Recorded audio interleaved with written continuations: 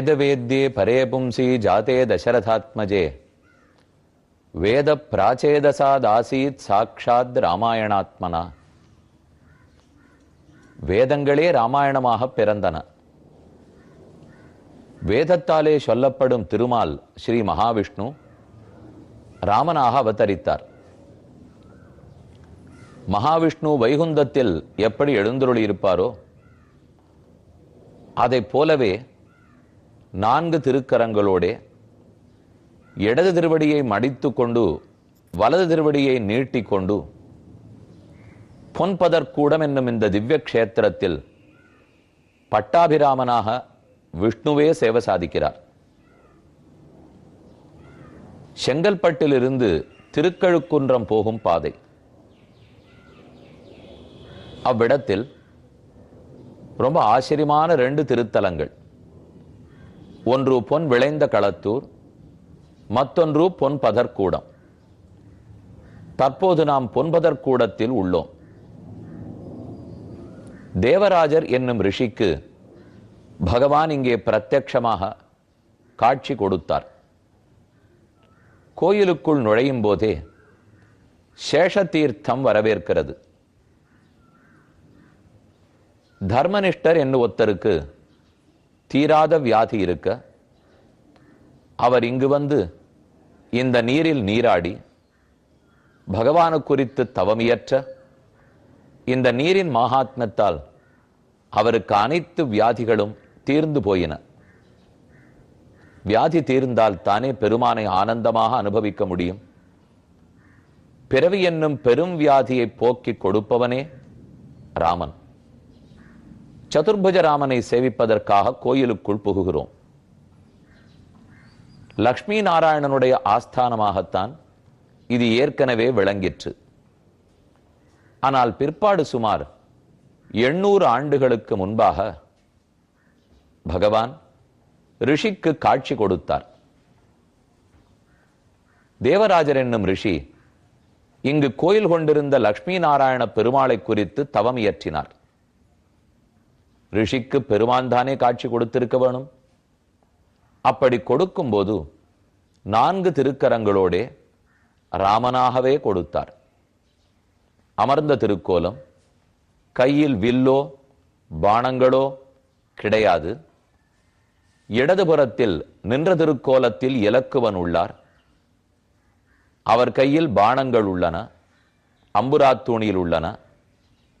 வலதுபுறத்தில் அதே பீഠத்தில் சீதாதேவி அமர்ந்திருக்கிறாள். அதனாலதான் பட்டாபிஷேக திருக்கோலத்தில் பட்டாபிராமனாகவே எம்பெருமான் நமக்கு சேவை சாதிக்கிறார். இப்பெருமானை சித்திர ரூபத்தில் சேவித்துக் கொள்கிறோம். பக்த வினய ஆஞ்சநேயர் பெருமானை எப்போதும் தரிசித்துக் கொண்டே அவருக்கு எதிர்த்தாற் போலே எழுந்தருளியிருக்கிறார். அதாவது பகவான் கிழக்கு நோக்கி திருக்கோலம், ஆஞ்சநேயர் மேற்கு நோக்கி பெருமான சேவித்த வண்ணமே உள்ளார். வைகுந்தத்தில் பகவான் சவ்யம் பாதம் பிரசாரிய என்கிற ஸ்லோகத்தின்படிக்கு இடது திருவடியை மடித்து வலது திருவடியை நீட்டிக்கொண்டு வலது திருக்கரத்தாலே அபயப்பிரதானம் பண்ணிக்கொண்டுதான் எழுந்தருளியிருப்பானாம். வைகுந்தத்தில் பகவானுக்கு 2 திருத்தோள்கள் என்கிற வழக்கமும் உள்ளது. இல்லை 4 திருத்தோள்கள் என்றும் உள்ளது. இந்த 2 பற்றியும் ஒரு பேச்சுண்டு. அனந்தாழ்வான்கிற ஆச்சாரியர் ஸ்ரீ பராசர பட்டரை பார்த்து கேட்கிறார், வைகுந்தத்தில் பகவான் திபுஜனோ சதுர்புஜனோ, 2 கைகளா 4 கைகளா? பட்டரோ ஸ்ரீரங்கத்து பெருமானிடத்திலேயே வெகுவாக ஈடுபட்டவர். அவர் பதில் கூறினார், 2 தோள்கள் என்னும் சொல்லுவதுண்டு, 4 என்னும் சொல்லுவதுண்டு. மேலும் அனந்தாழ்வான் கேட்டார், உமக்கு 2 தோள்களில் ஈடுபாடா அல்லது 4 தோள்களில் விருப்பமா? பட்டர் பதில் கூறினாராம், ஸ்ரீரத்து மூலமூர்த்தியாக சேவித்தேனானால் 2 தோள்கள், அப்ப 2 கோள்களோட சேவிக்கும் போது பெரிய பெருமாள் நினைத்து சேவிக்கிறேன். 4 தோள்களோலே தரிசிக்கும் போது உற்சவர் நம்பெருமாள் என்று நினைத்து கொண்டு சேவித்து போகிறேன். அதே போலத்தான் இந்த திருத்தலம். ராமன்கிற பெயரை பார்த்தால் 2 திருத்தோள்கள், லக்ஷ்மி நாராயணனே விஷ்ணுவாக பட்டாபிராமனாக உள்ளான்னு பார்த்தால் 4 திருத்தோள்கள். மூலமூர்த்தியை தரிசித்துக் கொண்டோம், சேஷதீர்த்தத்தையும் சேவித்துக் கொண்டோம். ராமன் எங்காவது 4 திருத்தோள்களோட உண்டா? இதை பாலகாண்டத்தில் 18வது சர்க்கத்தில் 10வது ஸ்லோகத்தில் வால்மீகி கூறுகிறார். கௌசல்யா அஜனயத் ராமம் திவ்யலக்ஷண சயுதம். கௌசல்யை ராமனை பெற்றாள், திவ்யமான அடையாளங்களோட பெற்றாள். திவ்யமானான்னு சொன்னால் அப்ராகிருத்தமானான்னு பொருள். இந்த பிரகிருதி மண்டலத்துக்கு அப்பாற்பட்டிருக்கிற வைகுந்தம்னு பொருள். ஒரு மகாபுருஷன் பிறக்கிறார், பகவானே அவதரிக்கிறார்னால் அதற்குரிய அப்ராகிருத்தமான அடையாளங்கள் இருக்குமே. பெருமானுக்கு எது முக்கியமான அடையாளம்? இப்ப நாம பார்த்தது பாலகாண்டத்தில் திவ்யலக்ஷண சயுதம்னு ஸ்லோகம். ஆனா நாம் நேற்று சந்திக்கும் போது யுத்த காண்டத்திலிருந்து கூறினேன், தமசப் பரமோதாதா சங்க சக்கர கதாதரஹா. சங்க சக்கரங்களை தரித்து கொண்டிருக்கிறான்னு மந்தோதரி கூடுகிறாள்.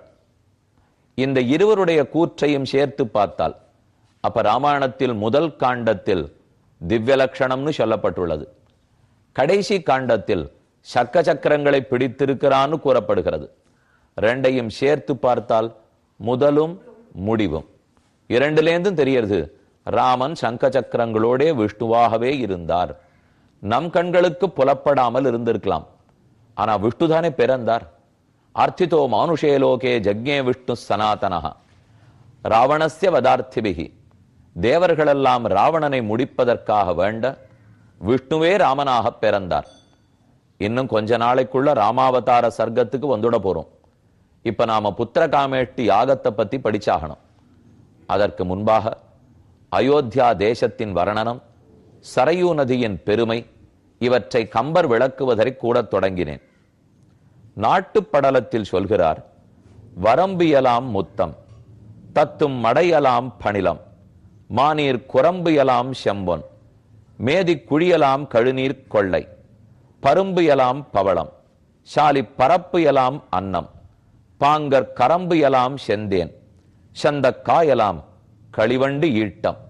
ரொம்ப அழகான தமிழ் பாடல். ஆனா பொருள் விளங்குவது தமிழிலேயே இப்போது கட்டமாகிவிட்டது. பல சொற்கள் வடமொழியும் தென்மொழியும் கலந்து பேசுகிறோம், அதுவரைக்கும் ஒத்துக்கொள்ளலாம். ஆனால் ஆங்கிலம் கலந்து பேசுவது ஏதோ புரிவதற்காக அங்கொன்றும் இங்கொன்றும், அதுவும் எல்லாரும் இருக்கிற இடத்துல புரியணுங்கிறதுக்காக பேசலாமே தவிர தமிழுக்கென்னு திரண்டிருக்கிறவர்களுக்கு நடுவில் செந்தமிழில்தான் பேச வேண்டும். அழகான பாடல். வரம்பியலாம் முத்தம். சரையூ நதி தான் எந்த இமாலயத்திலிருந்து ஓடி வருகிறாளோ அங்கிருக்கும் முத்துகள், பவளம், மாணிக்கம், வைடூரியம், அகில்கட்டகள், சஞ்சனக்கட்டகள் இதெல்லாத்தையும் அடித்து புரட்டி கொண்டு ஓடி வருகிறாளாம். வரம்புனா வயல் வரப்பு. வயல் வரப்பு எல்லாம் முத்தம், அதாவது முத்துகள் சேர்ந்து இருக்கின்றன. தத்தும் மடையலாம் பணிலம். வயல் வரப்புக்கு நடுவில் இருக்கும் தண்ணீர் அங்கெல்லாம் சங்குகள். வெண்முத்தும் அரியுகிலும் புழைக்கைமா கரிக்கோடும் பொன்முத்தும் என்ன ஆழ்வாருடைய பாசுரம். அதாவது எங்கெங்கெல்லாம் சங்கங்கள் கிடைக்குமோ முத்தம் கிடைக்குமோ வந்து சேர்ந்திருக்கின்றன. மாநீர் குரம்பு எல்லாம் செம்பொன், வாய்க்கால் எல்லாம் பொன், மேதி குழியலாம் கழுநீர் கொள்ளை. எரும மாடுகள் குடிக்கும் இடத்துக்குத்தான் மேதின்னு பெயர். அந்த குழிகளெல்லாம் கழுநீர் கொள்ளை. பரம்பு எல்லாம் பவளம், ஆங்காங்கு பறந்து விரிந்து பவளமே உள்ளது. சாலி பரப்பு எல்லாம் அன்னம். எங்கெல்லாம் நெல் கதிர் வளர்ந்திருக்கிறதோ அங்கெல்லாம் குறுக்க குறுக்க அன்னப்பறவைகள் இருக்குமா.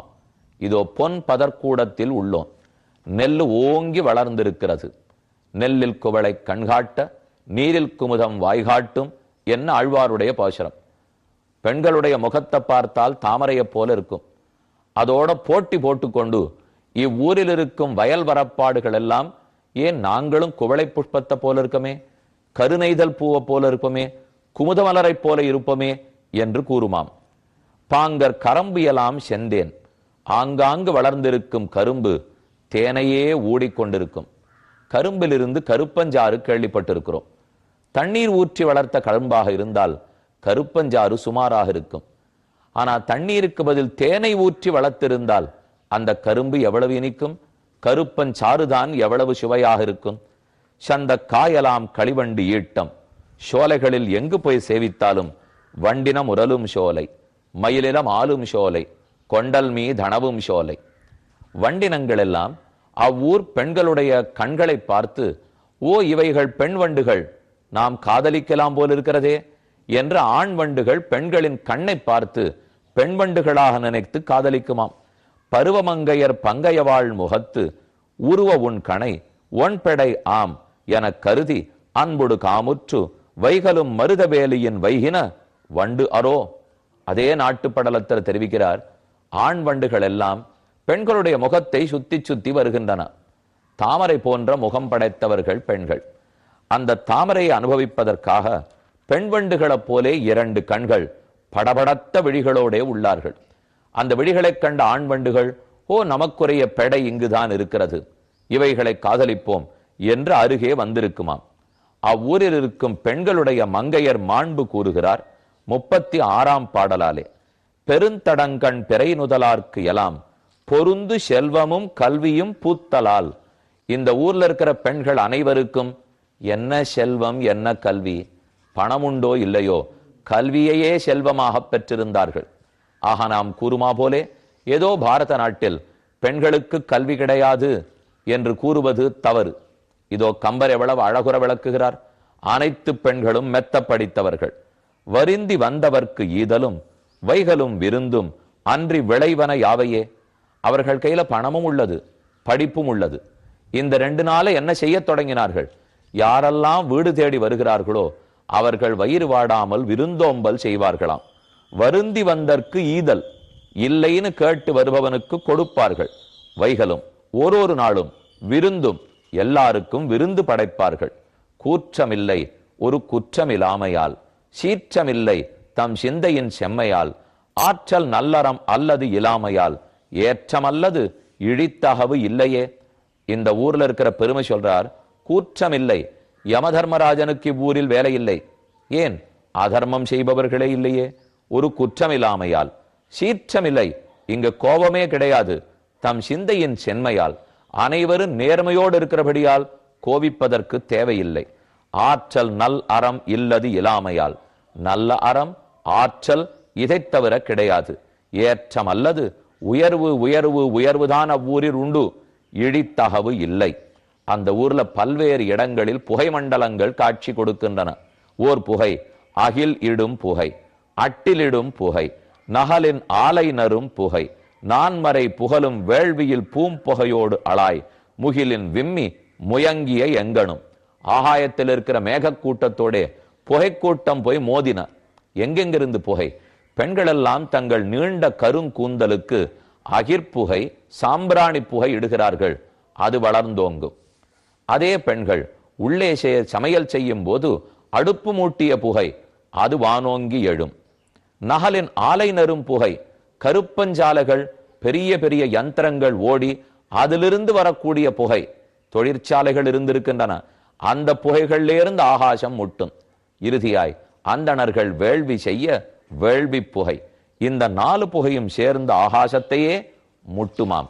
இப்படிப்பட்ட அயோத்தி பட்டணத்தை தான் ஆண்டு வந்தான் தயரதன். வன்மை இலை ஓர் வறுமை இல்லையால், அந்த ஊர்ல கொடையாளிகள் கிடையாது, கையேந்துபவனே இல்லையே. திண்மை இல்லை ஓர் செருணர் இன்மையால், யாருக்கும் வீரம் கிடையாது, எதிர்த்து வருபவர்களே இல்லையே. இருந்தால் தானே வீரத்தை காட்ட. உண்மை இலை பொய் உரை இல்லாமையால், அவ்வூரில் உண்மை கிடையாது, பொய்யே இல்லாதபடியால். ஏன்? பூட்டு சாவிக்கடையே கிடையாது, திருடர்களே இல்லாதபடியால். வெண்மை இலை பல் கேள்வி மேவலால். இப்படிப்பட்ட அயோத்தியை உலகில் மேலுலகோ ஊழியின் இறுதி உரையுளோ யாது என உரைப்பாம். நகரப்படலத்தின் துவக்கத்தில் தெரிவிக்கிறார், வைகுந்தமே கீழே இறங்கி வந்ததா, வைகுந்தநாதனே ஆட்சி புரிகிறானா என்று கொண்டாடுகிற அளவுக்கு தயரதன் ஆட்சி புரிந்து வந்தான். தற்போது நாம் பார்க்க வேண்டியது 5வது சர்க்கம். பாலகாண்டத்தில் 5வது சர்க்கத்தில் அயோத்தி பட்டணம், சரையு ஆகியவற்றை வால்மீகி விளக்கினார். அதை கம்பனாரரை கொண்டு பார்த்தோம். அடுத்த 6வது சர்க்கத்தில் தஸ்யாம் புர்யாம் அயோத்தியாயாம் வேதவிது சர்வசங்கிரஹ, அந்த அயோத்தி பட்டணத்தில்